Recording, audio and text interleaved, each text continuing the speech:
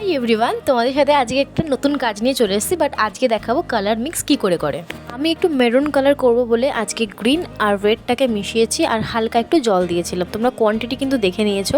তারপরে আমার কিন্তু এই রেড কালারটা আগে করা ছিল, তার উপর থেকে আমি এই মেরুন কালারটা দিয়েছিলাম যাতে একটু ডার্ক একটা শেড আসে। শুকিয়ে যাওয়ার পর কিন্তু কালারটা আরও সুন্দর লাগছে, তোমরা এক্ষুনি দেখতে পাবে। দেখো ঠিক এই রকম ডিপ একটা মেরুন কালার এসেছিলো।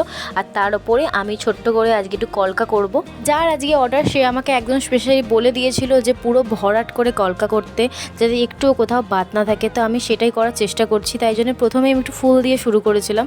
চেষ্টা করব বাকিগুলোর থেকে যাতে ডিজাইনটা একটু ইউনিক হয়, তাই চেষ্টা করছি বসে বসে। আর জানো তো, আমি এই ভিডিওটা যখন করছিলাম অনেক ধীরে সুস্থে কাজটা করেছি, কিন্তু ভিডিওটা এখন অনেক স্পিডে দিয়েছি, নয়তো আমি সবটা কভার করতে পারবো না। আর এই থালাটার কিন্তু পুরো লুকটা আরও সুন্দর হয়েছে। তোমরা কারা কারা পার্ট 2 দেখতে চাও অবশ্যই জানিও। আর জলদি চ্যানেলটাকে সাবস্ক্রাইব করে যাও। টাটা।